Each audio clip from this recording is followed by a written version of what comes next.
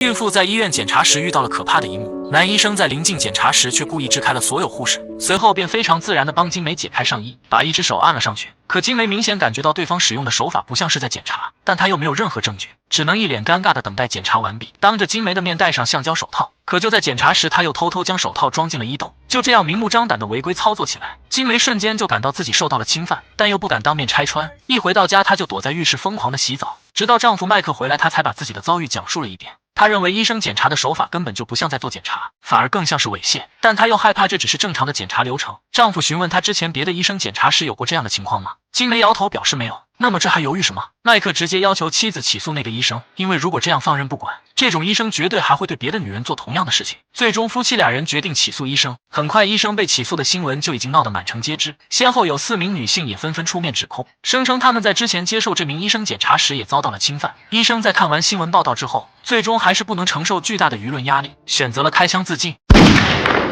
6个月后，金梅顺利地产下一名男婴。由于她一直想要在后院建造一个温室，但孩子现在还太小，于是就和丈夫商量聘请一个保姆。很快有一个女人就上门来面试工作，看着对方的穿着打扮都很时髦。金梅询问她为什么会选择做保姆的工作，女人名叫丽莎。她告诉金梅，几年前的一次意外导致丈夫和肚子里的宝宝相继过世，现在也无法再生育。由于自己非常喜欢小孩，所以只能做这个工作。金梅觉得丽莎还是非常不错，于是打算带她上楼去看一下儿子。可就在此时，家里的园丁向金梅找一些工具，金梅只能下楼去把园丁小黑也带了进来。没想到小黑只是热情地和丽莎握手打个招呼，却意外把丽莎的袖子弄脏了。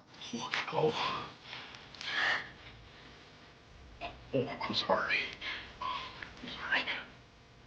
小黑的智力和几岁的孩子一样，面对丽莎凶狠的眼神瞬间就吓傻了，赶紧向她道歉。可一转眼，丽莎就变换了另一种脸色，对小黑表示没有关系。当天晚上，金梅邀请丽莎留下来一起吃晚饭，顺便见一见她的丈夫。吃完晚餐时，丽莎无意间在地上看到一枚耳钉，可她并没有告诉给夫妻俩，反而将耳钉藏在手里。厨房的俩人正商量着要不要将丽莎留下来，突然外面的丽莎却大喊一声，接着便从孩子的嘴里拿出那个耳钉，这可把金梅吓坏了，说可能是自己不小心把耳钉掉在了婴儿车里。就这样，夫妻俩同时决定录用丽莎当他们家的保姆。次日一早，丽莎就带着行李搬了过来，一进门还送给金梅一个风铃，表示风铃的声音会让婴儿更加安静。谁料就在半夜的时候，丽莎却悄悄地从地下室走了上来。她趁夫妻俩熟睡的时候打开了婴儿的房间，然后鬼鬼祟祟走到孩子跟前，从旁边拿来一个抱枕。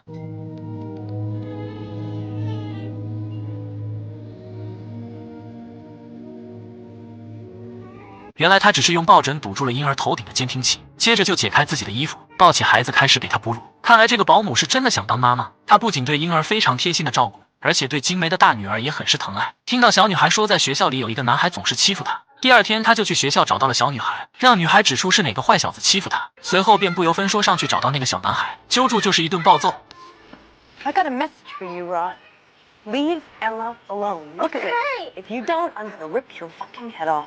这顿让小女孩对丽莎产生一种好感，每天半夜丽莎都会偷偷上楼给婴儿哺乳，导致婴儿对金梅都产生抗拒。金梅还疑惑地询问丽莎有没有发现孩子的异常，但丽莎却表示孩子很正常。这天丈夫让金梅帮他寄一封重要的工作信件，没想到丽莎却趁金梅不注意的时候偷偷拿走了那封信。她躲进卫生间把信件撕了个粉碎，然后全部冲下了马桶。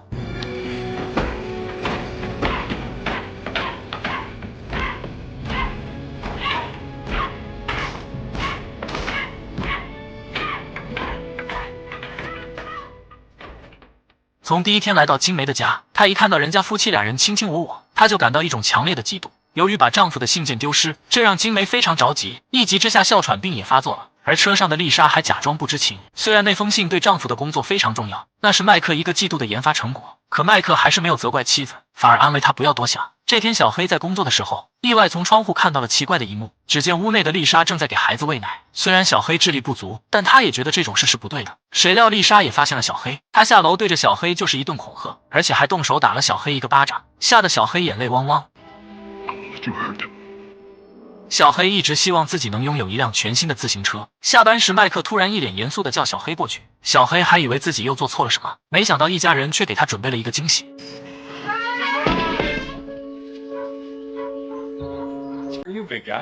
看到他们送的自行车，小黑简直开心坏了。可那崭新的自行车很快就被收了回去，原因就是丽莎一直在背后和金梅说小黑的坏话。起初金梅还不太相信丽莎说的话，结果她无意间在小黑的工具箱里找到了女儿的内衣，金梅顿时非常生气，起身就将一脸懵逼的小黑捶了几拳，而一旁的丽莎却向她投来凶狠的眼神。就这样，刚刚到手的自行车也被麦克拿了回去，小黑也因此失去了心爱的工作，女儿非常伤感。她不明白母亲为什么要赶走小黑，为此甚至觉得金梅就是个坏人，宁愿和丽莎每天住在一起。这天金梅的闺蜜来家里做客，可婴儿一直哭个不停，唯独到丽莎的怀里就立刻安静了下来。闺蜜无意间看到了2楼阳台的风铃，还询问风铃是哪里买的。金梅说这是丽莎送给他们的，一家人始终都把丽莎当作亲人一样对待。金梅也是和她无话不说。这天深夜，楼下突然传来一阵响动，熟睡中的麦克听到后立刻就警惕起来，他以为家里进贼了，于是就拿着棒球棍悄悄地下楼，结果正好碰到穿着一身薄纱的丽莎在收拾冰箱。看到麦克后，丽莎立马投来古怪的眼神，还邀请麦克一起喝一杯。如果是小编，我估计又他喵的犯下了大错，可麦克是一位正人君子，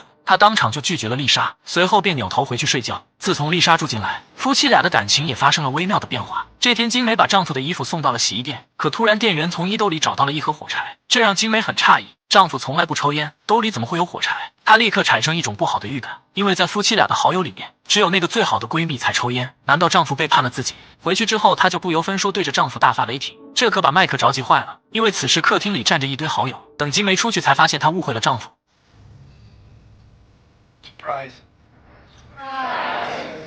而这个惊喜也是丽莎帮麦克策划的，看到金梅居然怀疑自己，闺蜜也是非常伤心的扭头就走，好好的一场生日宴就这样黄了。所幸麦克始终都没有责怪妻子，还是一如既往的包容她。楼下打扫卫生的丽莎在婴儿监听器上听到了夫妻俩的对话，金梅告诉麦克，自从丽莎来家里，奇怪的事情就接二连三的发生，但她也不知道什么原因。听到这里，丽莎脸上瞬间就露出一副狠毒的表情，看起来恨不得想要把金梅撕碎。果然当天晚上，丽莎就悄悄的来到了外面的温室里，她在天窗的启动机上动了手脚，然后才淡定的回去睡觉。而她所做的一切却让金梅的闺蜜遭了殃。作为一名房产经纪人，闺蜜突然在一份别墅的资料上看到了同样的风铃，和金梅家里的一模一样。紧接着她就查到了这个别墅的原主人，原来这个房子之前就是那位医生的，而金梅家的保姆就是医生的妻子。当时由于医生畏罪自杀，导致名下的资产都被冻结，正在怀孕的丽莎一气之下没有保住肚子里的孩子，而她现在居然在金梅的家里当保姆。闺蜜顿感不妙，立刻起身就不计前嫌的来到了金梅的家中。可此时金梅刚好不在家，闺蜜也是毫不犹豫对着丽莎说出了自己的发现。身份暴露的丽莎表现得非常害怕，说金梅在外面的温室里。闺蜜赶紧就跑了出去，结果本来给金梅准备的陷阱让闺蜜却失去了生命。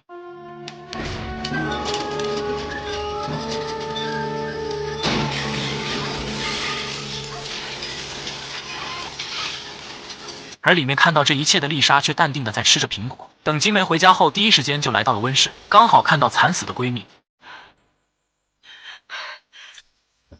顿时她的哮喘病发作，她赶紧跑回去拨打了救援电话，然后拿出自己的哮喘药，谁料此时的药瓶却是空的，所幸救护车及时赶了过来，救下了奄奄一息的金梅。而此时丽莎才抱着孩子跑了回来，假装自己一直不在家。很快警方就在温室里找到了闺蜜的尸体。金梅住院后，丈夫一直贴心的照顾着她，楼下大雨中小黑也都看在眼里，但他却不知道该怎么帮忙。就连出院的时候，小黑还一路骑着自行车跟在一家人的后面，本以为生活终于回到了平静。可这天晚上，金梅意外在兜里看到闺蜜给她的留言，闺蜜表示有紧急事情让她回个电话，可那天她太忙，竟把这件事给忘了。再看看外面的温室，金梅瞬间就觉得闺蜜的死不正常。第二天，她就来到闺蜜的办公室调查，果然很快就发现了那个别墅的照片，而且发现了照片上的那个风铃。随后她又专程去看了那个别墅，没想到在别墅里竟然看到了一个婴儿房。房产经纪告诉她这个房子的来历，金梅这才想到保姆就是医生的妻子，她立刻开车往回走，一进屋就对着丽莎一拳。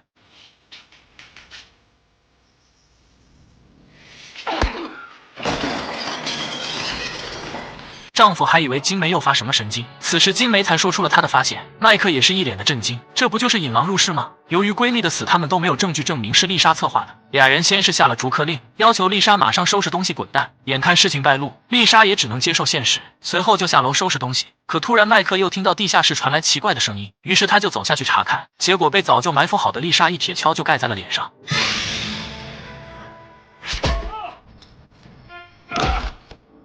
听到动静后的金梅立马也跟了过去，这才发现丈夫的腿也摔断了。麦克让金梅赶紧去报警，然而还没等电话打通，丽莎就出现在身后。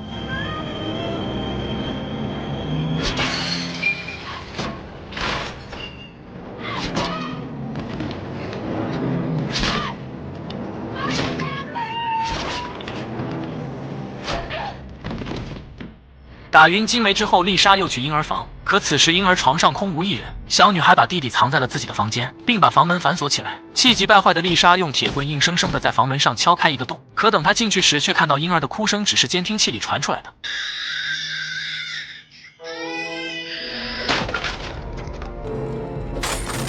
而此时，女孩已经带着弟弟来到了阁楼，那个小黑也在这里。原来小黑一直在暗中观察着这里发生的一切。他看到丽莎一脸凶神恶煞的过来，赶紧就把孩子抱在怀里，生怕孩子受伤。就在此时，金梅也醒了过来，她拿着一把菜刀过去，就要和丽莎拼命。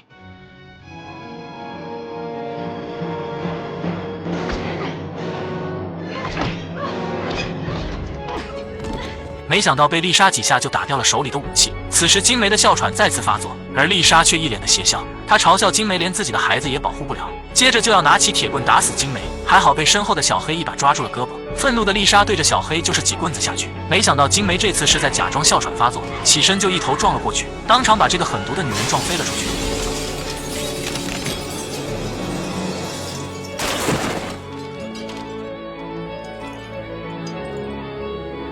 或许这就叫罪有应得。经过此事，金梅终于知道自己冤枉了小黑，诚挚地向小黑道了歉，而且放心地把孩子交给小黑暂时照顾。